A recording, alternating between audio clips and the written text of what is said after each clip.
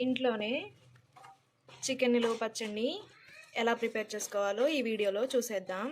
ఇది 5-4 మంత్స్ దాకా అయితే నిలువ ఉంటుంది. మొత్తం ప్రాసెస్ని అయితే స్కిప్ చేయకుండా చూసేయండి. నేను ఫస్ట్ చికెన్ అయితే తీసుకున్నాను, బోన్లెస్ చికెన్ అయితే తీసుకున్నాను.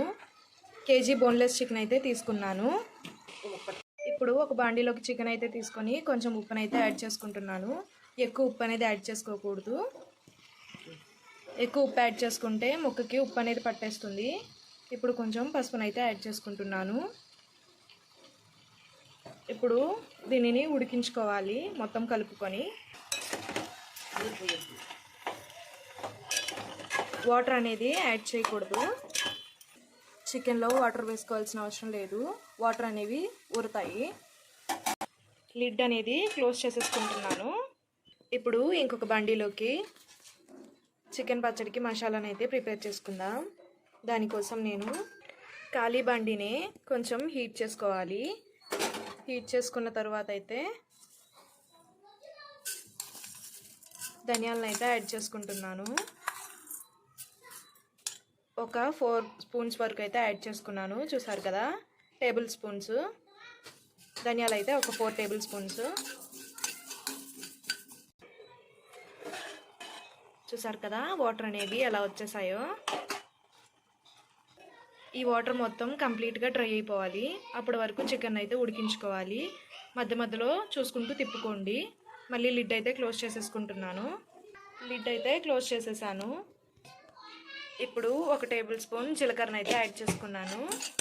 ధనియాలు అనేవి ఫ్రై అయిపోయాయి. తర్వాత జీలకర్ర అనేది అయితే యాడ్ చేసుకున్నాను. చూసారు కదా వాటర్ అనేవి అయితే ఊరాయి. ఈ వాటర్ అయితే సరిపోతుంది. ఇప్పుడు లిడ్ అనేది ఓపెన్ చేసేసుకోవాలి, లేకపోతే నీళ్ళు అనేవి ఇంకా ఊరిపోతాయి. ధనియాలు జీలకర్ర అయితే ఫ్రై అయిపోయింది. ఇప్పుడు వీటిని పక్కకు తీసేసుకున్నాను. ఏ మసాలా ప్రిపేర్ చేసుకోవాలన్నా ఇలా ఫ్రై చేసుకుంటే వాటిలో ఉన్న ఫ్లేవర్ అనేది ఎన్హాన్స్ అవుతుంది, ఇంకా ఎక్కువ అవుతుంది. ఇప్పుడు అదే బండిలోకి ఒక 10 లవంగాలను అయితే తీసుకున్నాను. కేజీకి 10 లవంగాలు అయితే తీసుకోవాలి. అలాగే చెక్క చూసారు కదా, ఈ సైజు ఉంటే సరిపోతుంది. 2 అంగుళాల వరకు ఉంటుంది. ఒక స్టార్ పువ్వు అయితే సరిపోతుంది కేజీకి కరెక్ట్గా. వీటిని కూడా కొంచెం దోరగా ఫ్రై చేసుకుంటాను. అలాగే యాలకులు కూడా ఒక 3 వేసుకోవాలి. వీటిని దోరగా ఫ్రై చేసుకోవాలి. చెప్పా కదా ఫ్లేవర్ అనేది ఎన్హాన్స్ అవుతుందని. ఇలా ఫ్రై చేసుకోవడం వల్ల. వాటిని ఒక 2 మినిట్స్ వరకు ఫ్రై చేసుకున్నాను కదా. ఇప్పుడు ధనియాలు తీసుకున్న దాంట్లోకి అయితే పక్కకి తీసేసుకున్నాను. అదే బండిలోకి ఒక టేబుల్ స్పూన్ గసగసాలను అయితే యాడ్ చేసుకుంటున్నాను. వీటిని కూడా ఫ్రై చేసుకోవాలి. వాటర్ చూసారు కదా, ఇందాక ఉన్నన్ని వాటర్ అయితే లేవు. చూసారు కదా గసగసాలు అనేవి కొంచెం చిటపట అంటున్నాయి. ఇప్పుడు స్టవ్ అనేది ఆఫ్ చేసుకుని వీటిని కూడా పక్కకి తీసేసుకోవాలి.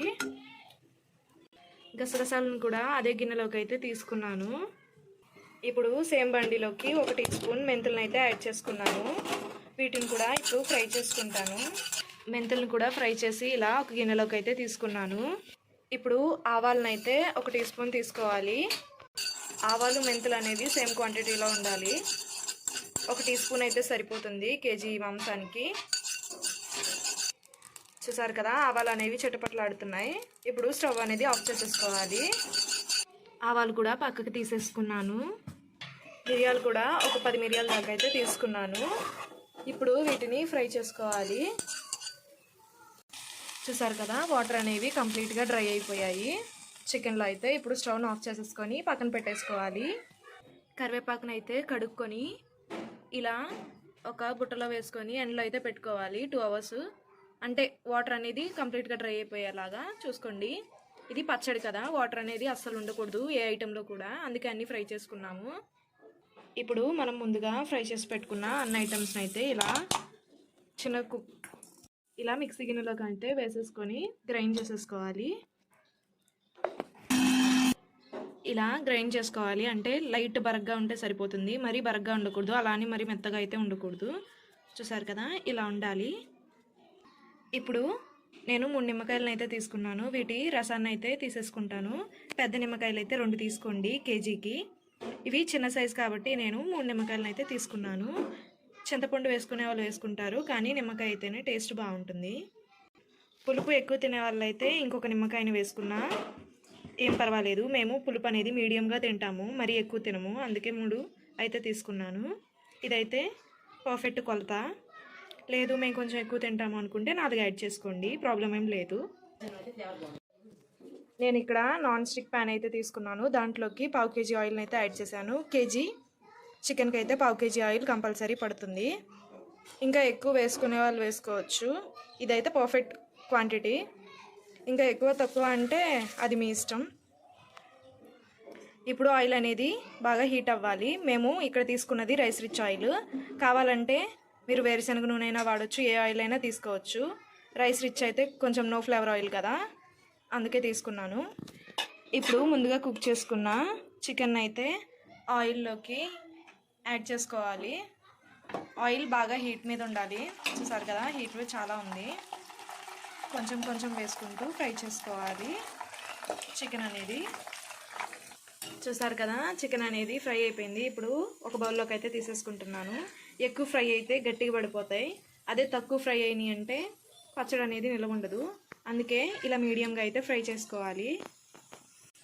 ఇలా చికెన్ అనేది మొత్తం ఫ్రై చేసుకున్న తర్వాత చూసారు కదా ఆయిల్లో ఎలా ఉన్నాయో ఎముకలు, వాటిని పక్కకి తీసేసుకోవాలి. ఇలా ఆయిల్లో ఉన్నదంతా తీసేసుకోవాలి. చిన్న చిన్న ఎముకల్లా ఉంటాయి, వాటిని అయితే రిమూవ్ చేసుకోవాలి. తినేటప్పుడు అవైతే గుచ్చుకుపోతాయి తీసుకోకపోతే, వాటిని తీసేసుకోవాలి. ఇలా చిన్న చిన్నగా అయితే ఉంటాయి, వాటిని రిమూవ్ చేసేసుకోవాలి, లేకపోతే గుచ్చుకుంటాయి. ఇప్పుడు మనం ఫ్రై చేసుకున్న ఆయిల్లోకి అయితే 2 టేబుల్ స్పూన్ల అల్లం వెల్లుల్లి పేస్ట్ని అయితే యాడ్ చేసుకున్నాను. ఇప్పుడు దాన్ని ఫ్రై చేసుకోవాలి. అల్లం వెల్లుల్లి పేస్ట్ని అయితే బాగా ఫ్రై చేసేసుకోవాలి. ఇప్పుడు కరివేపాకుని యాడ్ చేసుకుంటున్నాను. చెప్పా కదా కరివేపాకుని కూడా కడుక్కొని ఎండలో ఉంచుకోవాలి అని, వాటర్ అనేది ఉండకూడదని. చూసారు కదా వాటర్ అయితే లేదు. ఇప్పుడు కరివేపాకుని కూడా బాగా ఫ్రై చేసుకోవాలి. కరివేపాకు అనేది క్రిస్పీగా అయిపోయింది. అలాగే చూసారు కదా గోల్డెన్ కలర్ అయితే వచ్చింది. ఇప్పుడు స్టవ్ అయితే ఆఫ్ చేసేసుకోవాలి. ఆయిల్ అనేది ఎక్కువ హీట్ మీద ఉంది కదా, ఆయిల్ అనేది మీడియం హీట్ మీదకి వచ్చే వరకు స్టవ్ ఆఫ్ చేసుకొని ఉంచుకోండి. ఆ తర్వాత మిగతా యాడ్ చేసుకోవాలి. ఆయిల్ అనేది గోరువెచ్చగా అయిపోవాలి. ఇప్పుడు ఫుల్ హీట్ మీద ఉంది కదా, ఆయిల్ అనేది గోరువెచ్చగా అయిపోయింది. ఇప్పుడు మనం ముందుగా తీసి పెట్టుకున్న నిమ్మకాయ రసాన్ని అయితే యాడ్ చేసుకోవాలి. ఇప్పుడు ఇలా కలిపేసుకోవాలి. ఇప్పుడు సాల్ట్ కూడా యాడ్ చేసుకోవాలి. మీరు ఎలా తింటారో దానికి తగ్గట్టు సాల్ట్ అయితే యాడ్ చేసుకోండి. ఉప్పు తక్కువ తినేవాళ్ళు తక్కువ, ఎక్కువ తినేవాళ్ళు ఎక్కువ, తెలిసిందే కదా. ఇప్పుడు కారాన్ని యాడ్ చేసుకుంటున్నాను. మేము స్పైస్ అనేది తక్కువ తింటాం, అందుకే 3 స్పూన్స్ అయితే యాడ్ చేసుకున్నాను. ఎక్కువ తినేవాళ్ళు 4-5 అయినా యాడ్ చేసుకోవచ్చు, తక్కువ తినేవాళ్ళు ఇంకా తగ్గించుకోవచ్చు. స్టవ్ అనేది ఆన్ చేసుకోవాల్సిన అవసరం లేదు. ఆయిల్ అనేది గోరువెచ్చగా ఉంది కదా, సరిపోతుంది. ఇప్పుడు మనం ముందుగా గ్రైండ్ చేసి పెట్టుకున్న పౌడర్ని అయితే యాడ్ చేసేసుకోవాలి. చూసారు కదా, యాడ్ చేసేసుకోవాలి ఆ పౌడర్ని కూడా. బాగా కలుపుకోండి. ఉప్పు అన్నీ చూసుకున్న తర్వాత సరిపోతే ఇప్పుడు ముందుగా ఫ్రై చేసి పెట్టుకున్న చికెన్ అయితే యాడ్ చేసేసుకోండి. యాడ్ చేసుకొని చికెన్కి కూడా బాగా పట్టేలా అంతా కలుపుకోవాలి.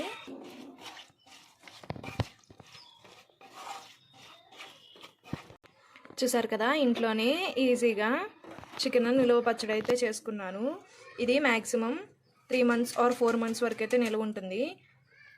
మనం వేసుకునే ఏ ఐటెంలో కూడా వాటర్ లేకుండా చూసుకుంటే 5 months దాకా అయితే నిలువ ఉంటుంది.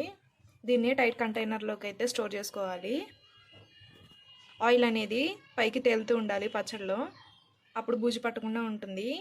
చూసారు కదా, thanks for watching. Please to subscribe.